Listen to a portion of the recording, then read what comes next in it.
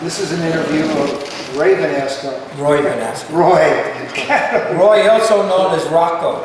okay. Yeah, that's my christened name, Rocco. That's the name I went into the Navy with, Rocco.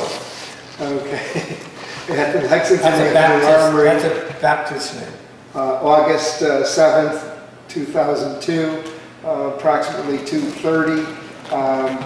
Interviewer Michael Russert. Could you tell me your full name and your date and place of birth, please? Yeah, my baptized name is Rocco George Vanasco. I'm 76 years old. I was born January 5th, 1926, Brooklyn, New York, in an area called Fort Greene. Okay. What was your educational background before you went into the military? I'm a graduate of John Jay High School in Brooklyn. Okay, what year did you graduate? 1943. Okay, and you said you were in the Home Guard prior to, during your high school. Could you tell me something about what the Home Guard did and what they... The Home Guard's responsibility was to protect the home front while the regular soldiers were away. We went, it was still an artillery group with cannons, with driven by trucks. We traveled in and around Prospect Park. We competed in different armories, such as the one I am in right now, against different home guards. And, what armory were you with? I was a private first class in Company F. We were taught how to take apart. Excuse me, from what armory? Oh, the 105th Field Artillery. It's the armory on Claremont Avenue, CLER-MONT, between Merton and Willoughby Avenues. We were taught how to take a submachine apart blindfolded. All the military values of how to be a good soldier, a good citizen. We knew the manual of arms. We took apart carbine submarine machine guns, shotguns. We learned how to use a M1 target practice. That was and we were taught that when we were ready, for those who haven't turned 18, we would be ready for World War II if it was still on. And how old were you when you were in this group? 16, until I was 18 years old. When I got an honorable discharge, and I had joined the United States Navy just before graduating. I asked them to wait until I graduated, and then I could be inducted. Okay. I received my honorable discharge from the Home Guard, and went on right into the Navy. Okay. Do you recall where you were and your reaction to Pearl Harbor, the announcement of what happened at Pearl Harbor? I was home. It was a Sunday. I was home, and I was 14. And it really didn't strike me. I really didn't understand what had happened. I knew that Pearl Harbor was bombed, and we heard on the radio what was happening. People were killed. Yeah, I was home at the time, and listening to the radio, and then listening to our president the following day, declaring war. Okay, were you drafted or did you enlist into the Navy? I enlisted. Why did you select the Navy? Well, I think the training with pup camps and all that, and the food with eating out of cans and everything else. Plus, I think the major reason, I always loved boating. I said, wherever I could go, I was boating, speed boating, any kind of boating. Going to Prospect Park, even going on canoes. Yeah, I loved boating. Yeah, I did a lot of boating on the Hudson River, Dayline, back and forth to Newburgh, New York. The air, the quietness, I just loved it. I just loved the ships. Okay, why don't you tell us, basically, since this is your story, starting with your basic training right on up through the end of your military service? Well, I left one early morning from my house on Claremont Avenue, where I was raised, where I was born and raised, practically. I left the Grand Central Station all alone. I left a mother that was crying. My oldest brother was in the Pacific. We didn't know where he was. He was away already almost 4 years. I had another brother that was in the Army and at the time. Hurt his leg and got discharged. And I got my physical at 42nd Street. The first experience I ever had being with hundreds of men that were nude and turning in my clothes, putting them in a box, and sending them home. Marine people shooting needles in both arms, people fainting all over the place, blood all over the place, blood all over the aprons. And that was my first experience of leaving home. I mean, I wasn't frightened. It was to me like it was an adventure. They started giving us some clothes. They took us down to the railroad station at 42nd Street. I think it was the Lehigh Valley train that took us to Sampson, New York, where I did my boot training. I enjoyed that because I had already had my training. I was a pretty big shot with the Master at Arms there. I was in charge of a platoon. I already knew the manual of arms. I knew just about what was going on. I wasn't scared. I wasn't crying. I took care of some people. Could you describe Sampson? Was it well equipped? Was there a lot of equipment? Sampson was a large area. It must have had 6 or 8 companies. I was in Company F, the barracks F, the lower deck. Every morning you woke up early, ran around the grinder.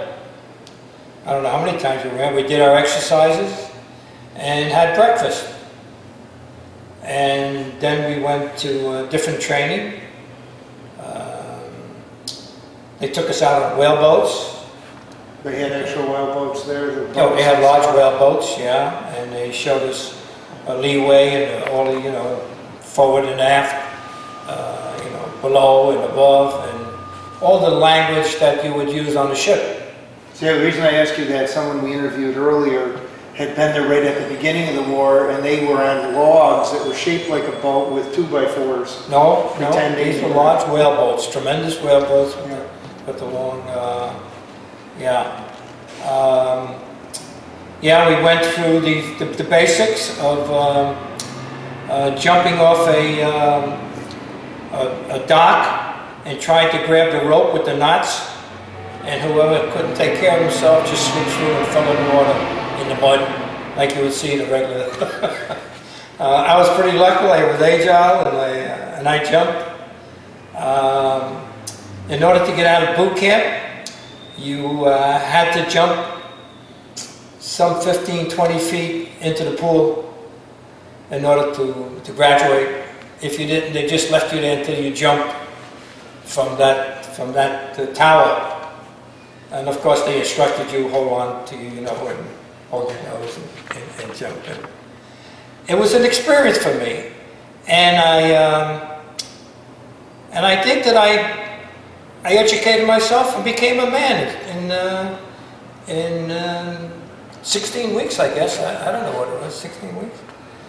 And I was able to take care of myself. Most of the people came from different parts of the country.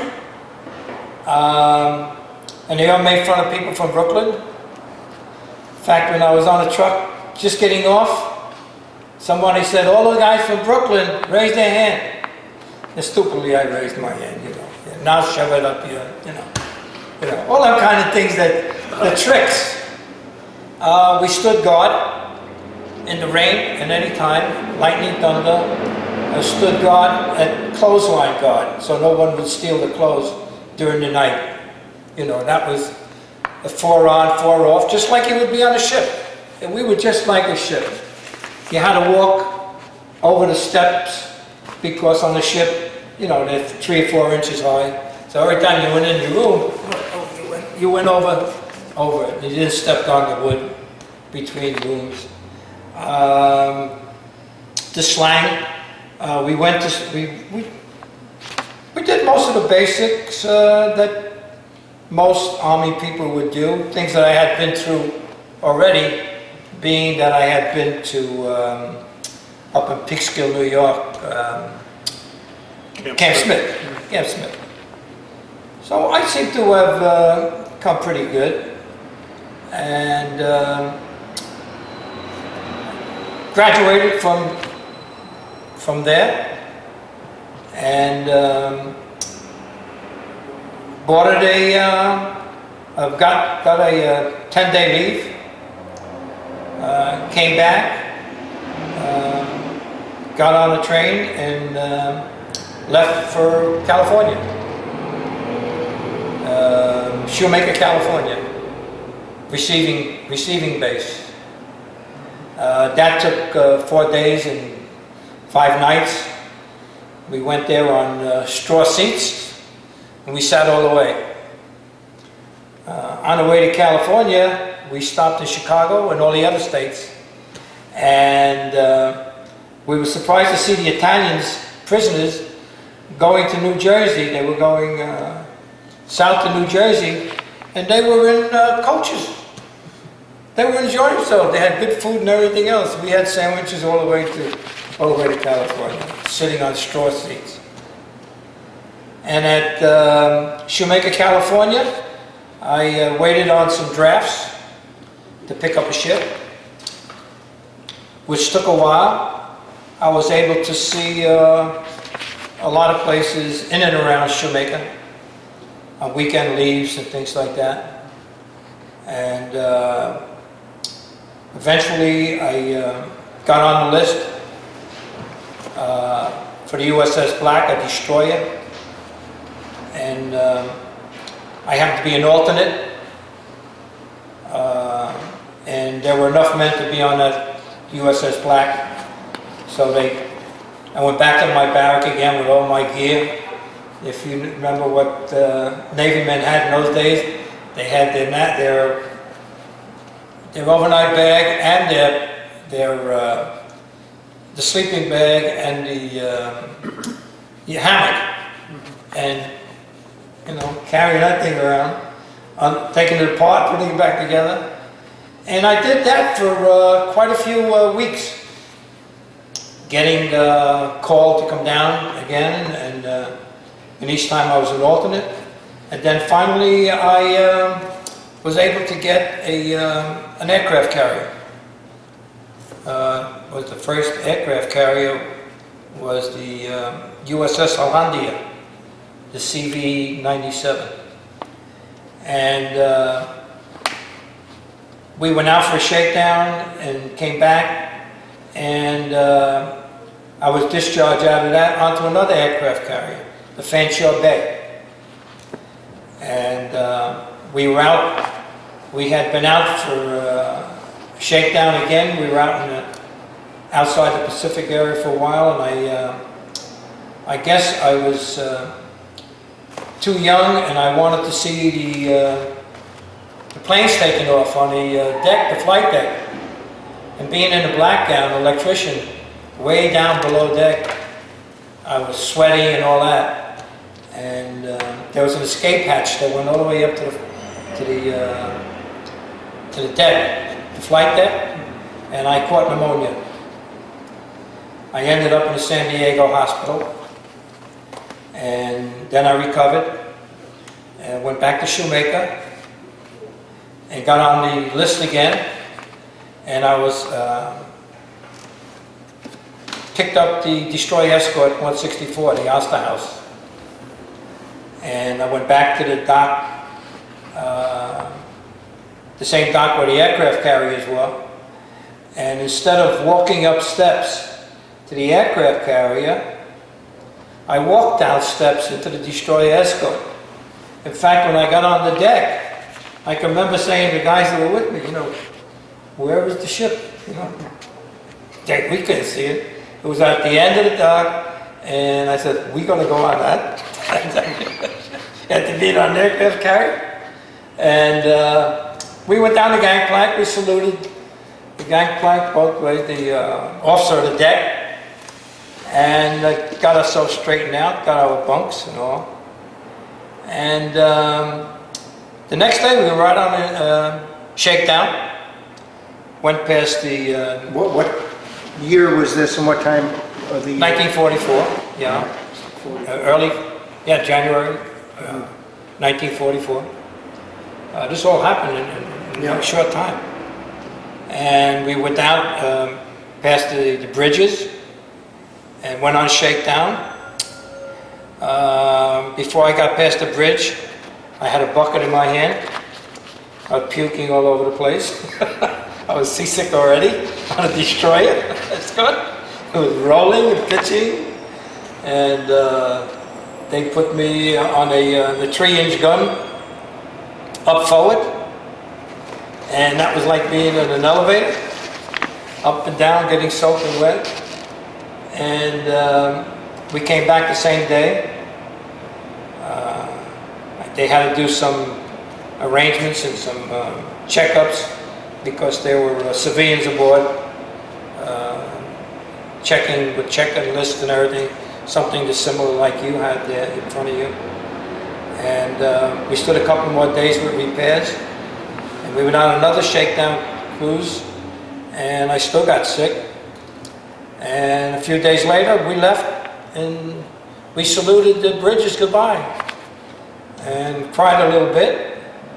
But then, towards evening, there was no land in sight, and that started my adventure in the Pacific. We went straight to Hawaii. With battle stations every night, and not also every night, even during the day when the captain wanted battle stations, he called it, and we ran to our battle stations because there was quite a few new recruits like myself, first being on a ship, getting used to the routine. And by the time we got sick for 3 days, and my third day I was a salty sailor. And we had, we went past, we went to Hawaii, we stood there a while, then we picked up a convoy and went to Wake Island. That was our first stop, Wake Island, where it was Japanese occupied yet, and that was our training. Anti-aircraft guns, a 3-inch, a 40mm, onto the island where there was still Japanese not being able to get on and off. And we bypassed Wake Island and went to Guam.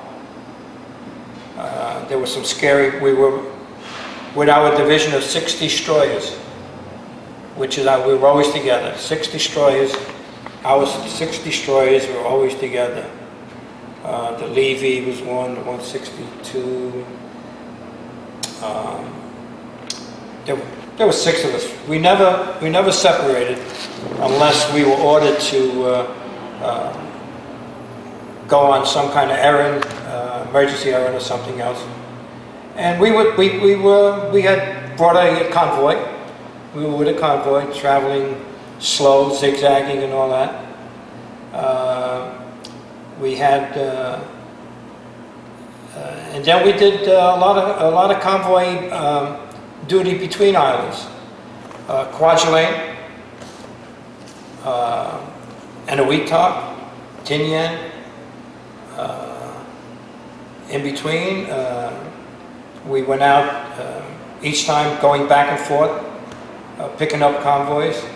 We did some work with the Admiral, with the fleet, protecting the fleet from submarines.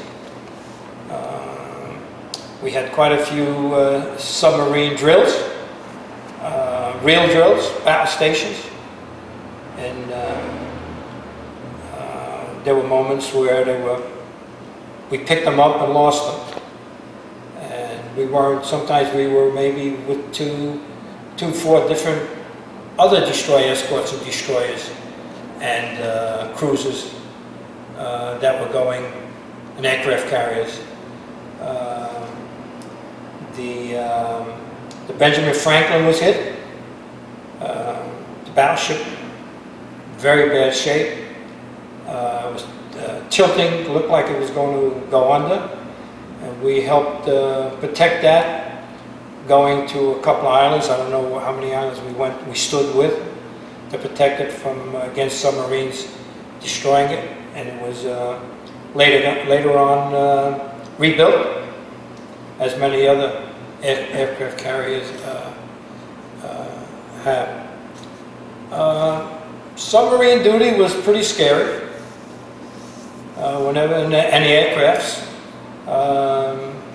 the kamikazes were starting about that time. Were you ever under attack by kamikazes? Excuse me? Were you ever under attack by kamikazes? Not actually flying over our plane, flying over our ship, no. Maybe 2, 3, 4, 5 miles, 10 miles sometimes. On the other side of the island while we're doing picket duty. That was another thing that destroyer escorts did. Picket duty, going around an island, protecting it from submarines, going between point A to B, B to C to D to E. And I consider myself lucky quite a few times. When we went to Militia atoll, one night there was kamikaze planes coming all over, hitting ships on the opposite end of the island, which most islands are about 20, 30 miles long, 10, 15 miles wide. So that's pretty close for a plane in a few minutes to get to you. And they were beating the hell out of our destroyer escorts. They were after us, and we lost, I don't know, maybe a couple of hundred submarines, a couple of hundred destroyer escorts. Because actually we were really the people who protected the fleet. We got in and around and protected from the outside. There were other experiences where, a funny experience, but frightening in the beginning, where we chased a submarine for about a couple of hours, only to find out that a whale had probably consumed a lot of steel, and the pings that we got were false pings. So we went back to the convoy and reported to the Admiral or whoever we had to do.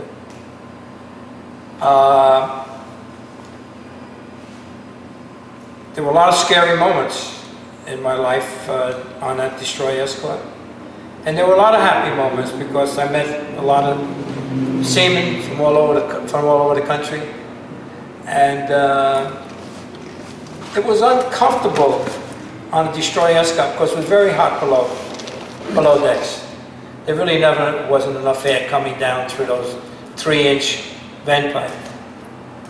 And when you just get on a ship, you don't get the best berth. You always got the upper, and the non-commissioned officers got where the pipe was on the bottom. So most of my time, with permission from the captain, you were allowed to sleep aboard, out above deck, as long as you weren't in the way of when we had battle stations. So I would almost every night find a 3-inch turret and make my bunk behind it, because squalls in the Pacific, you would get them every 4 or 5 hours. They would last 5 minutes, 10 minutes or anything. So you would put a couple of blankets under you and a blanket over you. So most of my time on the ship was really above decks sleeping.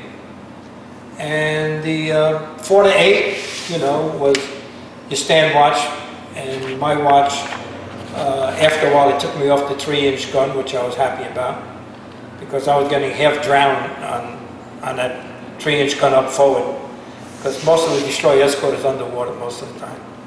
But then again, there were nights that, I guess you know Prospect Park, the water would be like a lake, so smooth, you know, and the nights would sometimes be dangerous for us that were lit with full moons and things like that. We looked more for dark clouds and everything else, so there'd be no silhouette from the ships and all. There's a lot of experience that I think about every once in a while, about how lucky I am to come back in one piece, and then we were able to have mail. We did the picket duty, like I had said, but we also did some mail deliveries. We would pick up mail, you know, from the islands and bring it to the aircraft carriers and put it on a breeches buoy, you know, sending it back and forth. I was the motion picture projectionist, being that I was an electrician with a black eye. And we showed movies below deck. And when we come to an island, I would go with the captain when he got off, you know, to get his orders and receive new orders. And I was instructed by the captain who came from California, you bring back one cowboy movie, one Western, and I don't care what else you bring back besides that. So that was my duty, to go get the film, come back, and then show the film. When the war ended, on August, you know, we start showing, well, when we were in port, we showed movies outside. On the deck, we would have one ship pointed one way, and when the whole 6 ships were together, they would be opposite one another. So we rigged up something where you show one film, I show the other film. We had continuous movies, you know? So that's the ingenuity of the United States sailors. Were that fierce tornado oh yes, that hit Okinawa? Oh yes, yes, that was unbelievable. LSTs, LCIs, landing craft infantry, just toppling over. Oh sure. We took a beating. We had to get out of the islands when they notified us in well enough time, so our screws would get power. And of course you couldn't get off the islands because they were well mined, so you only had to go out one way, and it took a long time. But the LCIs, landing craft infantry, and all those ships, a lot of them disappeared. They turned over, and that was it. I mean, a lot of their men were saved by ships like destroyer escorts like ours, who picked them up out of the sea because they had their Mae West on. During World War II, you had a real Mae West, you know, that you were able to really, not something they have with tubes or anything else. Yeah, that was one of the bad parts of tornadoes in the Pacific towards the end of the war. Yeah, there were 2 bad ones. Yeah, very bad. Yeah. Did you ever pick up bomber crews that had ditched pilots? We were sent out to pick up, but when they send out 6 destroyers, we weren't in the right place at the right time. No, but our destroyer escorts did pick up down flyers. Yeah, that was one of our duties. What were your feelings when you heard about the atomic bombs being dropped on Japan? Well, we were being attacked by kamikaze planes then. Real bad. I mean, they were hitting destroyers. They were trying to get the aircraft carriers and everything else. But they were after destroyer escort. because we had the radar equipment. And that's what they were trying to get. I was in Tinian at the time, where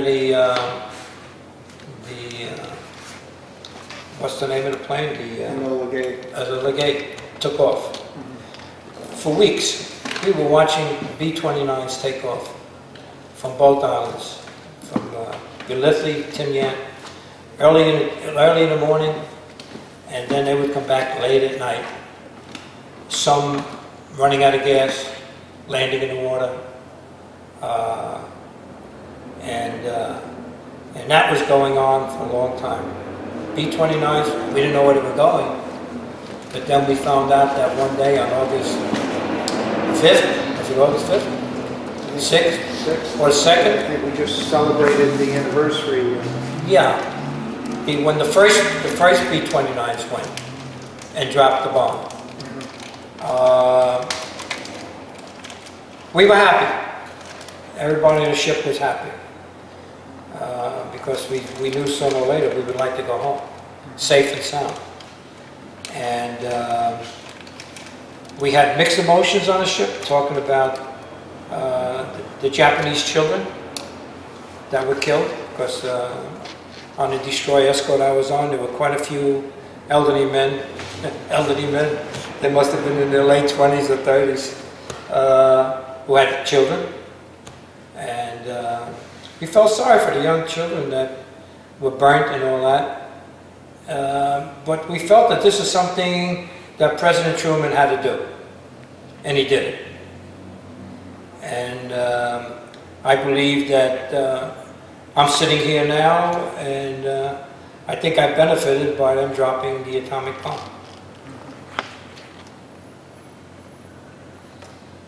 Okay, so when did you return to the United States? We got back, well, at that point you needed, they had a point system for getting out of the Navy. And it went by your dependents, how long you were in and all that. And it took me quite a while to get back to, what we did was, we stood in the Pacific for about another 2 weeks. We headed for Hawaii, and from Hawaii we stood up for maybe a couple of weeks, and then we went through the Panama Canal, through the locks, and we went into the Brooklyn Navy Yard to rebuild our ships. And we were headed for Green Cove Springs, Florida, to decommission the ship.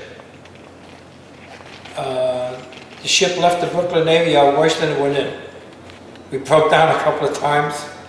It was in dry dock in the Brooklyn Navy Yard for quite a while, and that was great for me. My home was only 2 blocks away from the Brooklyn Navy Yard, so I was out of the Brooklyn Navy Yard every day because it was in dry dock. And it seemed as though someone in our crew didn't want to leave the Brooklyn Navy Yard.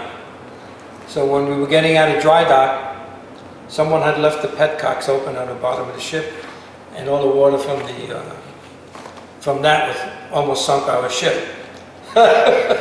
So that meant we were there quite a few weeks after that. But then we finally left.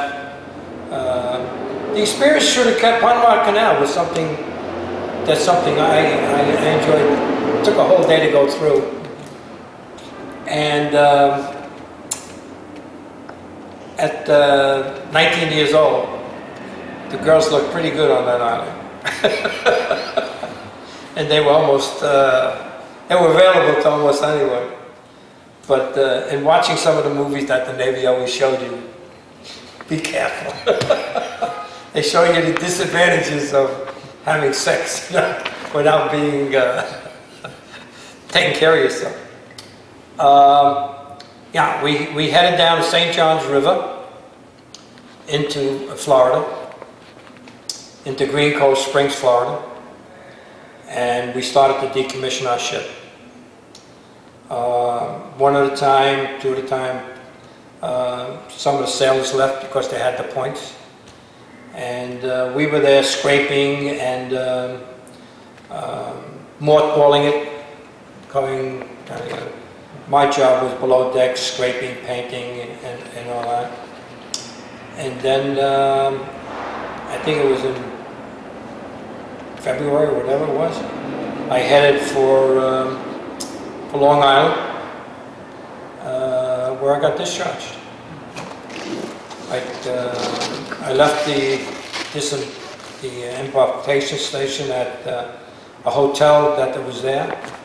I hopped on got my discharge papers, hopped on a taxi cab and headed for Brooklyn. How do you think your service affected or changed your life at all? I grew up before my time, that's definite. I became a man right away. I don't think that would have happened if I was still in Brooklyn. Being on your own, taking care of yourself, protecting yourself against some pretty bad guys from time to time. I'm not going to say there was no stealing on the ship, but in a small ship like ours, you could find them and make sure that they didn't go to court-martial, but there was other ways to take care of the problem. Yes, I grew up in a period of a couple of months, and an elderly officers on a destroyer escort helped me grow up, taught me quite a bit about a ship, the laws of the sea, and what there is to know about ships. Did you join any veterans organizations? Well, yeah, I belong to the Foreign Wars, the war veterans. I'm not active, but I became very involved in drug abuse because of things that I had seen in our community. That's something that I learned and respected, because there was even drugs on our ship and other ships, even at that particular time. Okay, do you belong to any veterans organization, or do your ship have a reunion? Oh yes, oh sure, yeah. Do you attend? Yes, I attended 5 of them already in different parts of the country, and quite a few are dying off every time we go. There's 10, 15 more guys, and there's only 250 men on the ship. Mm-hmm. But all in all, a lot of them are still in good shape. And we talk about the old times and all the incidents and the close calls. Did you ever ramming into an aircraft carrier while you were shipping mail back and forth, or the captain or somebody getting off the boat? Yeah, banging up your ship a little bit. Did you ever use the GI Bill at all? Yes, I used the GI Bill. I went to work as a refrigerator mechanic in Brooklyn. I used that, yeah, I was a refrigerator mechanic. I was a refrigerator mechanic before I went in, while I was in high school also. After school and during the summer months while I was in high school. Yeah, I used it. Okay, well, thank you very much for your interview. Okay, it's my pleasure.